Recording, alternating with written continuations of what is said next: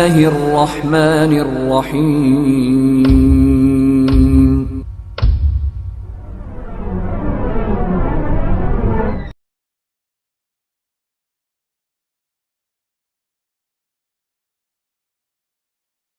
إن الحمد لله نحمده ونستعينه ونستغفره ونعوذ بالله من شرور أنفسنا ومن سيئات أعمالنا من يهده الله فلا مضل له ومن يضلله فلا هادي له وأشهد أن لا إله إلا الله وأشهد أن محمدا عبده ورسوله أما بعد فإن خير الحديث كتاب الله وخير الهدي هدي محمد صلى الله عليه وسلم وشر الأمور محدثاتها وكل محدثة بدعة وكل بدعة ضلالة وكل ضلالة في النار.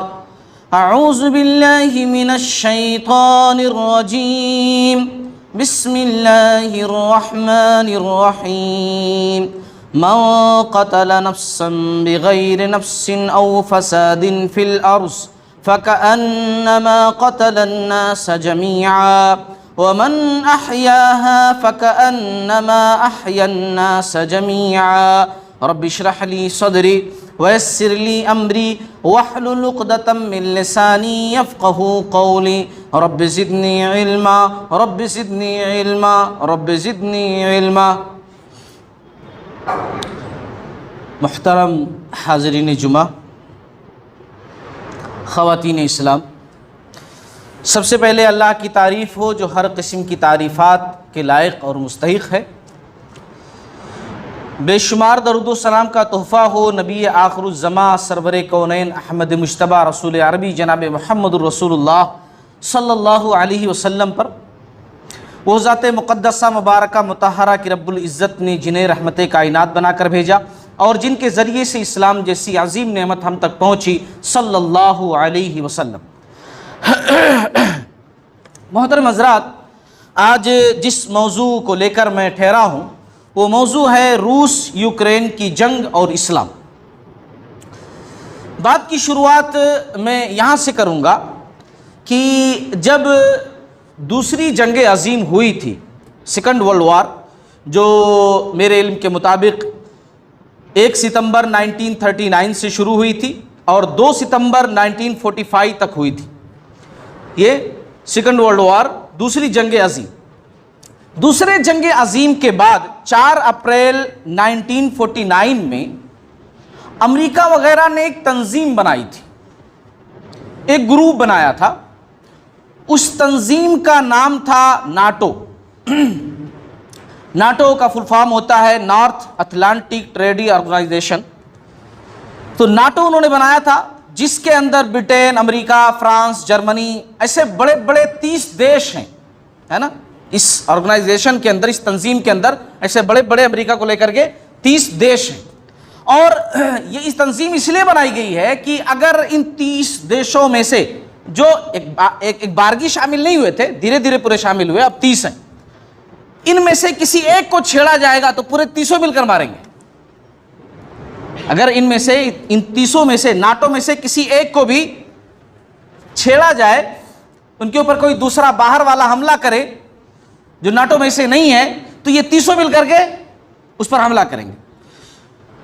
اچھا، یوکرین جو ہے یہ ناٹو میں نہیں ہے، یہ باہر ہے، اکیلا ہے. تو یہ شامل ہونا چاہتا تھا ناٹو میں. اس کے حساب سے میری طاقت بڑھ جائے گی، ساتھ مل جائے گا، شامل ہونا چاہتا تھا. اچھا، روس کا کہنا یہ ہے کہ تم شامل نہیں ہو سکتے اس میں، تم شامل اس میں نہیں ہو سکتے، کیونکہ اس کا کہیں نہ کہیں ماننا یہ ہے کہ بہت پہلے جو ہے یوکرین بھی روس کا حصہ تھا، تو تم جو ہے ناٹو میں جا کر کیسے شامل ہو سکتے. بہرحال اس بات کو لے کر کے جنگ چل رہی ہے. ہم سب اچھی طریقے سے جان رہے ہیں، یوٹیوب وغیرہ کے اندر دیکھ رہے ہیں اور نیوز کے اندر دکھایا جا رہا ہے. باقاعدہ جو ہے اس وقت کی بریکنگ نیوز یہی بنی ہوئی ہے نا، یوکرین کی اور روس کی جنگ. انڈیا کے بھی بہت سارے لوگ، تقریباً 20,000 لوگ پھنسے ہوئے تھے جن کو وہاں سے لانے کی کوشش کی جا رہی ہے اور کامیابی بھی انشاءاللہ ملے گی. جنگ کوئی اچھی چیز نہیں ہوتی ہے. کوئی بہت اچھی چیز نہیں ہوتی ہے. جنگ کے اندر کیا ہوتا ہے؟ ناحق جانیں جاتی ہیں, اموال تباہ ہوتے ہیں, لوگ بے گھر ہوتے ہیں, جو کہ ہم دیکھ ہی رہے ہیں. کتنی ساری بلڈنگیں زمین بوس ہو جا رہی ہیں, کتنے لوگ بے گھر ہو جا رہے ہیں. اب جن کے پاس وسائل ہیں وہ ملک چھوڑ کر چلے جاتے ہیں دوسری جگہوں پر, دوسرا گھر ہے, رشتہ دار ہیں فلاں جگہ فلاں جگہ فلاں جگہ. لیکن جو لوگ وہ چھوڑ کر نہیں جا سکتے وہ کہاں جائیں؟ تو آج کی جنگوں میں یہی حال ہوتا ہے. میں آج کے خطبے کے اندر یہ نہیں بتانے والا ہوں کہ جنگ کی سچویشن کیا ہے وہاں پر, یا کون صحیح کون غلط. یہ تمہیدی بات میں نے اس لیے ذکر کر دی تاکہ سمجھ جائیں کہ میں کس بیس پر بات کر رہا ہوں. ورنہ اصل میرا مدعا یہ ہے کہ آج کل کی جنگوں میں جو جنگیں ہوتی ہیں اور جو اسلامی جنگیں ہوئی ہیں ان جنگوں میں فرق کیا ہے نا؟ ان جنگوں میں اور آج کل کی جنگوں میں فرق کیا ہے؟ آخر اسلام کے اندر بھی جنگیں ہوئی ہیں نا. رسول اللہ صلی اللہ علیہ وسلم کی اگر مدنی زندگی دیکھیں تو آپ صلی اللہ علیہ وسلم کی زندگی کا ایک لمبا حصہ جنگوں میں گزرا ہے نا. تو ان جنگوں میں اور آج کل کی جنگوں میں کیا فرق ہے؟ تو دیکھیے, اسلامی جنگ جو ہوتی تھی صرف ان سے لڑی جاتی تھی جو لڑنے کے لیے آتے تھے, سویلین سے نہیں لڑی جاتی تھی کہ شہر کے اوپر اٹیک کر دو, پورا شہر تہس نہس کر دو. ایسی جنگ نہیں ہوتی تھی. جو لڑنے کے لیے آتے تھے, جو فوجی ہوتے تھے, ان سے لڑائی لڑی جاتی تھی. پھر اس کے علاوہ باقاعدہ یہ اعلان کر دیا جاتا تھا, ہمارے نبی بتا دیا کرتے تھے کہ بچوں کو قتل نہیں کیا جائے گا, بچوں کو کوئی نقصان نہیں, بزرگوں کو کوئی نقصان نہیں, عورتوں کو کوئی نقصان نہیں, فصل تباہ نہیں کیے جائیں گے, اموال لوگوں کی پراپرٹی جائیداد برباد نہیں کیے جائیں گے. اگر کوئی شخص امن مانگے گا, امن یہ قرآن کا اصول ہے, قرآن کا اعلان ہے. سورہ توبہ کی آیت نمبر 6 پڑھیے, اس کے اندر یہ بات موجود ہے. اگر کوئی شخص جنگ کے میدان میں بھی تم سے آ کر کے امان طلب کرے تو نہ صرف تمہیں امان اس کو دینی ہے بلکہ اس کو سیف جگہ لے جا کر کے پہنچانا ہے جہاں وہ سیف رہ سکے. یہ جنگ کے اصول ہیں اسلامی. کیا آج جو جنگیں ہوتی ہیں ایسا ہی مسئلہ ہے؟ نہیں, اندھا دھند فائرنگ ہوتی ہے. بھئی جنگ ہے, کون صحیح کون غلط, کون مارنے کی آ رہا ہے, کون بھاگ رہا ہے, اس سے کوئی خبر نہیں ہے. بس اٹیک تو اٹیک, حملہ تو حملہ. ہم دیکھ ہی رہے ہیں میزائل گر رہے ہیں, کس کی پراپرٹی کس کی جائیداد کیا کیا نہیں, اس سے کوئی فرق نہیں پڑتا. بس اس ملک کے اندر ہم کو گرانا ہے. یہ ساری چیزیں ہوتی ہیں. جبکہ اسلام کا نظریہ یہ نہیں ہے. اسلام کا نظریہ تو یہ ہے کہ اگر ایک بندہ بھی کوئی اچھا کام کیا ہے, گرچہ وہ لڑنے کے لیے کیوں نہیں آیا, ہم سے لڑنے کے لیے آیا ہے, لیکن کل کے دن گزرے ہوئے کل میں میرے ساتھ کوئی احسان کیا تھا, اسلام کے ساتھ کوئی احسان کیا تھا, تو اس کے اوپر بھی رحم کیا جائے. پیارے نبی صلی اللہ علیہ وسلم کی زندگی کا واقعہ ہے. آپ صلی اللہ علیہ وسلم جب جنگ بدر میں گئے, بدر کی لڑائی لڑنے کے لیے مشرکین مکہ سے, تو آپ صلی اللہ علیہ وسلم نے ایک بندے کا نام لیا, ابو البختری بن ہشام. آپ صلی اللہ علیہ وسلم نے کہا کہ دیکھو ابو البختری بن ہشام کو اگر وہ تمہارے تلوار کے سامنے بھی آ جائے تب بھی نہیں مارنا. حالانکہ ابو البختری بن ہشام لڑنے کے لیے آیا ہے, وہ نہیں چھوڑے گا, لیکن اپنے فوجیوں کو ہمارے نبی کہہ رہے ہیں کہ اگر وہ تمہارے تلوار کے سامنے بھی آ جائے پھر بھی تم نہیں مارنا. کیوں؟ کیونکہ جب مکہ کے اندر آپ صلی اللہ علیہ وسلم کے خاندان کا اور آپ صلی اللہ علیہ وسلم کے ساتھیوں کا بائیکاٹ کیا گیا تھا, تو اس بائیکاٹ کو ختم کرنے میں ابو البختری نے ساتھ دیا تھا. ایک بندہ اور تھا, مطعم بن عدی. یہ مسلمان کے نام نہیں لے رہا ہوں, جو کبھی مسلمانوں کی مدد کیے تھے ان کی بات میں کر رہا ہوں. مطعم بن عدی جب مسلمان جنگ جیتے اور بہت سارے جو ہے مکہ کے لوگ گرفتار ہوئے, اللہ کے نبی صلی اللہ علیہ وسلم نے مطعم بن عدی کو یاد کیا. اس نے بھی ہیلپ کی تھی کئی موقع پر. مطعم بن عدی, صحیح بخاری کی حدیث سے, مطعم بن عدی کو یاد کرتے ہوئے, جبکہ اس کا انتقال ہو چکا تھا پہلے ہی, یاد کرتے ہوئے آپ صلی اللہ علیہ وسلم نے فرمایا کہ اگر آج مطعم بن عدی زندہ ہوتا اور مجھ سے صرف ایک لفظ کہتا ان کو چھوڑ دو تو میں ان تمام کو چھوڑ دیتا. آپ صلی اللہ علیہ وسلم جو ہے اتنے محسن تھے, احسان کو یاد کرنے والے تھے, اچھا سلوک کرنے والے تھے. اور جہاں تک جنگ کے اندر عورتوں کے قتل کی بات ہے, کسی عورت کو نقصان پہنچانا ہے تو آپ صلی اللہ علیہ وسلم نے اپنے صحابہ کو ایسی ٹریننگ دی تھی, ایسی تربیت دی تھی کہ کبھی عورتوں پر وار نہیں کرتے تھے, کبھی بچوں پر وار نہیں کرتے تھے.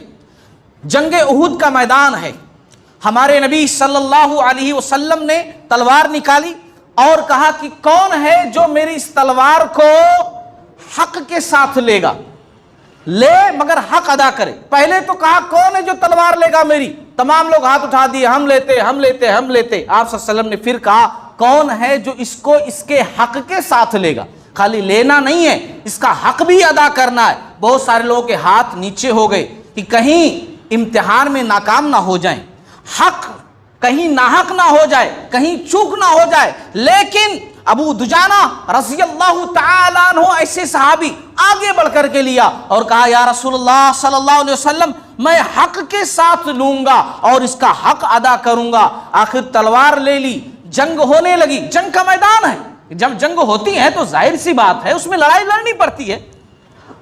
اور کوئی یہ نہ کہے کہ اسلام کے اندر اتنی ساری جنگیں.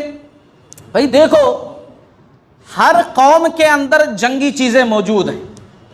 غیر مسلمین کو آپ دیکھیے, مہا بھارت تو فلاں, یہ جنگیں نہیں ہیں, جنگیں ہی ہیں نا.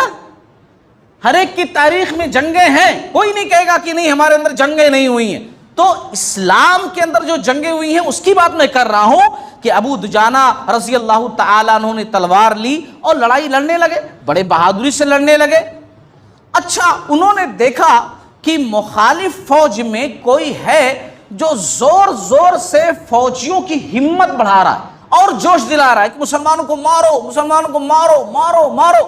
اچھا, ان کو غصہ آیا کہ بھئی کون ہے جو آگ اور بھڑکا رہا ہے. یہ لوگوں کو جو ہے فلانگتے ہوئے, کراس کرتے ہوئے اس بندے تک پہنچے کہ اس کو ہی مارنا ہے, کیونکہ وہ جو ہے بھڑکا رہا ہے اور زیادہ لوگوں کو.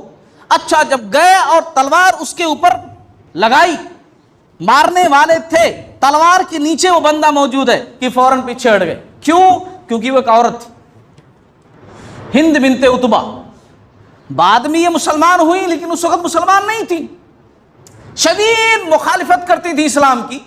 حمزہ رضی اللہ تعالی عنہ کو شہید انہوں نے کروایا تھا, ان کا مثلا کرایا تھا, سینہ چیر دیا تھا, کلیجہ باہر نکال لیا تھا. یہ وہ خاتون تھی.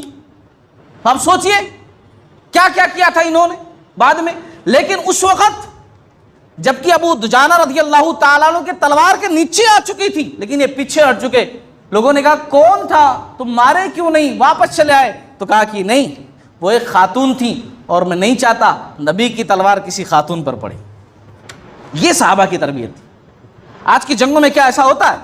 ایسا فرق کیا جاتا ہے کہ بھئی بچوں کو کوئی نقصان نہ پہنچے, عورتوں کو کوئی نقصان نہ پہنچے, اور بزرگوں کو کوئی نقصان نہ پہنچے. کیا ایسا ہوتا ہے؟ کوئی تمیز نہیں کی جاتی. ہم دیکھتے ہیں میزائلیں گرتی ہیں, معصوم بچے ختم ہو رہے ہیں. ایسے بچے جو گود میں رہتے ہیں, سر کہیں ہے, جسم کہیں ہے, پیر کہیں ہے, ہاتھ کہیں ہے. یہ منظر ہم دیکھتے ہیں, آئے دن دیکھتے رہتے ہیں جنگوں کے اندر. اسلامی جنگیں ایک الگ طرز پر ہوتی تھیں. صرف ان سے ہوتی تھی جو لڑنے کے لیے آتے تھے, صرف ان سے ہوتی تھی جو مارنے کے لیے آتے تھے. اس لیے نہیں ہوتی تھی اس زمین کے لیے ہو, اس لیے نہیں ہوتی تھی کہ آپس کی ایگو کے لیے ہو, اس لیے نہیں ہوتی تھی کہ آپس کی رنجش کے لیے ہو, اس لیے جنگیں نہیں ہوتی تھی. ہم دیکھتے ہیں ہمارے نبی صلی اللہ علیہ وسلم جنگ کے میدان میں بھی دشمن کو معاف کر دیا کرتے تھے. جنگ کے میدان میں معاف کرنا بہت بڑی بات ہے, یہ چھوٹی موٹی بات نہیں ہے. جنگ کے میدان میں بھی بخش دیا کرتے تھے, معاف کر دیا کرتے تھے. میں آپ کو بتاؤں, بڑا مشہور واقعہ ہے. مکہ کی زندگی آپ کو پتا ہے نا, مکہ کی زندگی رسول اللہ صلی اللہ علیہ وسلم اور صحابہ کرام کے لیے مکی زندگی کتنی دردناک تھی. کس طرح مکی زندگی گزری ہمارے نبی کی اور صحابہ کی, کس طریقے سے کہ بلال رضی اللہ تعالیٰ عنہ ہیں, ان کو ریت پر لٹا دیا جا رہا ہے. بلال رضی اللہ تعالیٰ عنہ ہیں, ان کے سینے پر گرم بھاری پتھر رکھ دیا جا رہا ہے. یہ فلاں صحابی ہیں جن کو میٹ میں لپیٹ کر کے دھواں دیا جا رہا ہے. یہ عمار و یاسر ہیں جن کو مختلف تکلیفیں دی جا رہی ہیں. یہ سمیہ رضی اللہ تعالیٰ عنہا ہیں کہ جن کو شہید کر دیا گیا. کتنی تکالیف کا سامنا. کچھ تو ایسے گلے میں رسی ڈال کر کے کھینچا جا رہا ہے مکہ کی گلیوں میں, ہمارے نبی صلی اللہ علیہ وسلم کو مجنون، پاگل، دیوانہ، نعوذ باللہ من ذالک کیا کیا نہیں کہا جا رہا ہے۔ آپ صلی اللہ علیہ وسلم سجدے میں ہیں کہ اونٹ کی اوجھڑی لا کر کے ڈال دی جا رہی ہے، گردن میں کپڑا ڈال کر کے کسا جا رہا ہے، یہ سب مکہ کے اندر کیا گیا۔ لیکن وہی مکہ سن 8 ہجری میں فتح ہو گیا۔ سن 8 ہجری میں ہجرت کے 8ویں سال مسلمانوں کے انڈر میں وہی مکہ آ گیا، اور رسول اللہ صلی اللہ علیہ وسلم 10,000 کے فوج کے ساتھ مکہ کے اندر فاتحانہ داخل ہو رہے، لیکن اس طرح فاتحانہ نہیں کہ گردن اکڑی ہوئی ہے، سواری پر بیٹھے ہیں اور کہہ رہے ہیں کہ آج تو میں ہی ہوں، میں نے فتح کر لیا دیکھو، بلکہ آپ صلی اللہ علیہ وسلم کی پیشانی عاجزی سے جھکی ہوئی ہے۔ ایک صحابی ہیں جوش میں آ کر بول دیے، پرانے دنوں کو یاد کر کے، پرانی تکلیفوں کو یاد کر کے، پرانے مظالم کو یاد کر کے جوش میں آ کر کہہ دیے، الیوم یوم المرحمتی، آج کا دن تو بدلے والا دن ہے۔ ابو جہل کے رضاکاروں کان کھول کر سن لو، ابو لہب کے شاگردوں تیار ہو جاؤ، ماضی تمہارا تھا، حال ہمارا ہے، کل تمہاری تلواریں تھیں اور ہمارے گلے تھے، مگر آج ہماری تلواریں ہوں گی اور تمہارے گلے ہوں گے۔ لیکن جب یہ جملہ ہمارے نبی رحمت للعالمین جناب محمد رسول اللہ صلی اللہ علیہ وسلم نے سنا تو کہا کہ نہیں نہیں، الیوم یوم المرحمتی، آج کا دن رحمت و شفقت کا دن ہے، آج کا دن رحمت و شفقت کا دن ہے۔ مکہ کی بیٹیوں سے کہہ دو ان کے سروں سے دوپٹے نہیں اچھالے جائیں گے، مکہ کی ماؤں سے کہہ دو ان کے بچوں کو یتیم نہیں کیا جائے گا۔ محمد صلی اللہ علیہ وسلم لوگوں کو بے سہارا، مجبور اور یتیم بنانے کے لیے نہیں بلکہ یتیموں کا والی بن کر آیا ہے۔ وہی لوگ جو ماضی میں طرح طرح کے ظلم کرتے تھے، وہی لوگ جو طرح طرح سے ستاتے تھے، وہی لوگ جو ظلم و ستم کے پہاڑ توڑتے تھے، آج سارے سامنے موجود ہیں، سارے سامنے موجود ہیں۔ مگر نبی رحمت صلی اللہ علیہ وسلم نے دنیا کو پیغام دیا، بڑا دل کس کو کہتے ہیں، اسلامی تعلیم کس کو کہتے ہیں، مقصد الہی کس کو کہتے ہیں۔ نبی رحمت صلی اللہ علیہ وسلم نے فرمایا جاؤ آج میں تمام کے تمام لوگوں کو معاف کرتا ہوں۔ یہ ہے اسلامی چیز، یہ اسلامی نہج، یہ ہے اسلامی سوچ۔ آج دنیا کے لوگ کچھ بھی کہتے ہوں اسلام کے تعلق سے، دہشت گردی سکھاتا ہے، جنگ محمد صلی اللہ علیہ وسلم نے شروع کی، کتنے لوگوں کو مار دیا، ایسا کر دیا ویسا کر دیا۔ لوگ صحیح طریقے سے ہمارے نبی کی سیرت کو پڑھتے نہیں ہیں، اور اللہ کی قسم جو لوگ صحیح سے پڑھتے ہیں وہ پھر محمد صلی اللہ علیہ وسلم ہی کے ہو جاتے ہیں، ہاں پھر وہ اسلام میں ہی داخل ہو جاتے ہیں جو صحیح سے پڑھتے ہیں، اور جو غلط پڑھتے ہیں، جو غلط سوچ سے پڑھتے ہیں، غلط نیت سے پڑھتے ہیں، ظاہر سی بات ہم یہی دعا کر سکتے ہیں اللہ تعالیٰ ان کو ہدایت دے دے، اللہ ان کو ہدایت دے دے۔ اسلامی تعلیمات اتنی بہترین ہیں کہ قرآن مجید کے اندر کہا گیا سورہ المائدہ کی آیت نمبر 32 کے اندر، من قتل نفسا بغیر نفس او فساد فی الارض فکأنما قتل الناس جمیعا، جس نے کسی ایک جان کو ناحق قتل کیا، کسی بھی جان کو ناحق قتل کیا، زمین میں فساد کیا، ناحق قتل کیا، تو گویا اس نے پوری انسانیت کا قتل کیا، ہاں پوری انسانیت کا قتل کیا۔ اور جس نے کسی ایک جان کو بچایا تو فَكَأَنَّمَا أَحْيَا النَّاسَ جَمِيعًا، تو گویا کہ اس نے پوری انسانیت کو بچا لیا۔ ایک جان کو ناحق قتل کرنا، پوری انسانیت کا قتل کرنا قرآن کہتا ہے، اور ایک جان کو بچا لینا، پوری انسانیت کو بچا لینا، یہ قرآن کی تعلیم ہے۔ اور حدیث کے اندر ہمارے نبی صلی اللہ علیہ وسلم نے فرمایا اول ما یقضی بین الناس یوم القیامت فی الدماء، متفق علیہ۔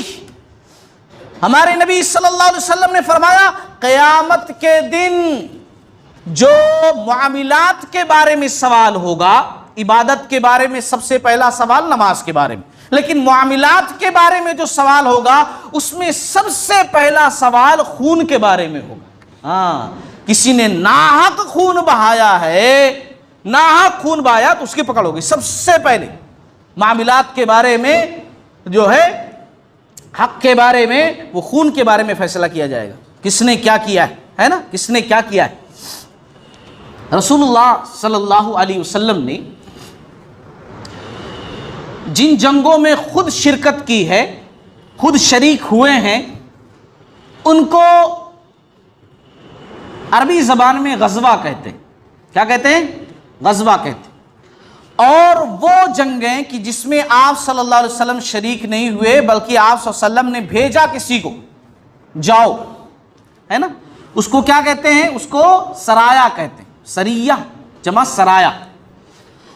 اگر سرایا غزوات دونوں ملا کر کاؤنٹ کیا جائے تو تقریباً آس پاس 82 بنتے ہیں، 82۔ رسول اللہ صلی اللہ علیہ وسلم کی زندگی میں پورے کتنے بنتے ہیں؟ 82۔ اگر صرف غزوہ جوڑا جائے جس میں رسول اللہ صلی اللہ علیہ وسلم شریک ہوئے تو تقریباً 27 سے 25 سے 27 بنتے ہیں، ہے نا، غزوہ۔ اور اگر سریہ غزوہ دونوں کو کاؤنٹ کیا جائے تو 82 تک پہنچتے ہیں۔ اور ان غزوات میں بھی جو 25-27 میں بتا رہا ہوں جس میں نبی صلی اللہ علیہ وسلم شریک ہوئے، ان میں صرف 9 میں لڑنے کی ضرورت پیش آئی، باقی میں لڑنے کی ضرورت پیش نہیں آئی۔ اور اتنے سارے غزوات اور سرایا، ان کے نتیجے میں جانتے کتنے لوگ مرے؟ مسلمان جو شہید ہوئے وہ 359، تقریباً 359۔ 82 کی بات میں کر رہا ہوں، 82 غزوات اور سریے ملا کر کے ان تمام کو جوڑ کر کے اگر مسلمان صرف شہداء دیکھا جائے تو 359۔ اور اگر پورے مسلمان، مشرکین، یہود، نصارہ، پورے پارٹیوں کو جوڑا جائے، تمام لوگوں کے، اپوزیشن کے بھی ملا کر کے پورے کتنے ہوئے، کتنے لوگوں کا قتل ہوا بھائی، کتنی جانیں گئیں، تو 1118۔ پورے کتنے؟ 1118 تک اتنے لوگ ہوئے۔ اور 8 سال کی مدت کی میں بات کر رہا ہوں، 8 سالوں کے اندر اتنے سارے غزوات اور سرایا ہوئے جس میں 1118 جانے گئی ہیں۔ لیکن اس کا فائدہ یہ ہوا کہ اتنے کم وقت میں، 8 سالوں میں پورے عرب کے اندر اتنا خون بہا کر کے پورے عرب کے اندر امن قائم کر دیا گیا، پورے عرب میں امن قائم ہو گیا۔ آج جنگیں کی جاتی ہیں کیا امن کے لیے ہوتی ہیں؟ اپنے اپنے ایگو کے لیے ہوتی ہیں، اپنے ملک کی وسعت کے لیے ہوتی ہیں۔ اور یہاں جو ہے امن قائم کرنے کے لیے تھی، اور ان 8 سالوں کے اندر پورے عرب میں امن قائم ہو گیا، دنیا نے دیکھا امن قائم ہو گیا۔ اور اگر ہم بات کریں پہلی جنگ عظیم کی، اسلامی جنگوں کو چھوڑ کر کے نا، جو لوگ کہتے ہیں نا اسلام کے اندر بہت جنگیں ہیں، بڑی لڑائیاں ہیں، بہت لوگ مارے گئے، جی بھائی رسول اللہ صلی اللہ علیہ وسلم کی زندگی میں جتنے غزوات سریے ہوئے 1118 پورے ٹوٹل ملا کر کے۔ اچھا اب چلو ذرا باہری دنیا کی بات کرتے ہیں۔ پہلی جنگ عظیم میں 20 ملین لوگ مارے گئے۔ سوچئے 1118 کہاں ہے اور کہاں 20 ملین ہے؟ 20 ملین لوگ، 10 ملین سپاہی اور 10 ملین سویلینز، عام شہری مارے گئے پہلی جنگ عظیم میں۔ اور دوسری جنگ عظیم میں 30 ملین لوگ مارے گئے اور 34 ملین لوگ زخمی ہوئے۔ آج لوگ بات کرتے ہیں کہ اسلام دہشت گردی سکھاتا ہے، یہ چیزیں کیا ہے پھر؟ کس میں زیادہ لوگ مارے گئے؟ آج لوگ آگ کے گولے برساتے ہیں، میزائلیں داغتے ہیں، کیا سے کیا کرتے ہیں، کہاں جل رہا ہے، کون جل رہا ہے، کون تباہ ہو رہا ہے، کسی کو کوئی پرواہ نہیں، سب کو اپنی پڑی ہے، انسانیت سے کوئی لینا دینا نہیں۔ جب اسلام کی بات آتی ہے تو لوگ کہتے ہیں کہ اسلام ایسا سکھاتا ہے، اسلام ایسا سکھاتا ہے۔ اسلام دیکھیے کیا تعلیم دیتا ہے۔ اسلام کہتا ہے، ایک واقعہ ہے رسول اللہ صلی اللہ علیہ وسلم کے صحابہ کی زندگی کا، آپ صلی اللہ علیہ وسلم موجود تھے، ابو داؤد کی حدیث ہے، آپ صلی اللہ علیہ وسلم نے دیکھا کہ ایک سوراخ ہے۔ اچھا وہ چونٹی کا سوراخ تھا، چمٹی جس کو عام طور سے لوگ بولتے ہیں نا، چونٹی سوراخ تھا، وہاں پر کسی نے آگ جلا دی تھی۔ اب آگ جلنے کی وجہ سے آس پاس جو چمٹیاں تھیں وہ جل جائیں گی نا، وہ جل گئی۔ آپ صلی اللہ علیہ وسلم کی نظر جب وہاں پر پڑی، آپ صلی اللہ علیہ وسلم نے دیکھا تو کہا یہ آگ کس نے جلائی؟ تو کسی نے کہا کہ میں وہ جلا دیا، یہاں پر ٹھہرنے کے واسطے وہ آگ جلا دیا تھا۔ تو آپ صلی اللہ علیہ وسلم نے کہا کہ آگ کے رب کے علاوہ کسی کے لائق نہیں کہ وہ آگ کا عذاب کسی دوسرے کو دے۔ آگ کے رب کے علاوہ یہ جائز ہی نہیں ہے، صرف اللہ تعالیٰ کی شان ہے کہ وہ جہنم میں برے لوگوں کو سزا دے گا، پنش کرے گا، ورنہ دنیا کے اندر کسی بھی شے کو تم آگ سے جلاؤ نہیں جلا سکتے، جلانا ہی نہیں ہے۔ یہاں تک کہ موذی جانور بھی اگر ہے، خطرناک جانور بھی ہے، تو جلانے کا حکم نہیں ہے کہ آپ اس کو جلا کر مار دو، ہے نا۔ اسی لیے علماء کہتے ہیں کہ یہ مچھر بیٹ کا استعمال بھی نہیں کرنا چاہیے. اس لیے نہیں کرنا چاہیے کیونکہ اس سے مچھر جل کر مرتے ہیں. آگ سے کرنٹ رہتا ہے نا اس کے اندر, تو جل کر مرتے ہیں. ہم دیکھتے ہیں کہ مچھر بیٹ کا جب استعمال کرتے ہیں تو مچھر اس سے چپک جاتے ہیں اور دھواں نکلتا ہے, جل کر مرتے ہیں. اسی حدیث کی بنیاد پر کہ مچھر بیٹ کا استعمال نہیں کرنا چاہیے. آپ کو مچھر سے بچنا ہے, کچھ اور استعمال کیجئے, کچھ اور دوائیں استعمال کیجئے, یا اسی طریقے سے سیدھا سب سے اچھی چیز مچھردانی کا استعمال کیجئے, ہے نا. لیکن مچھر بیٹ کا استعمال مت کیجئے کیونکہ وہ بھی آگ سے کسی کو مارنا ہو جائے گا. تو یہ اسلامی تعلیم ہے, یہ اسلامی تعلیم ہے.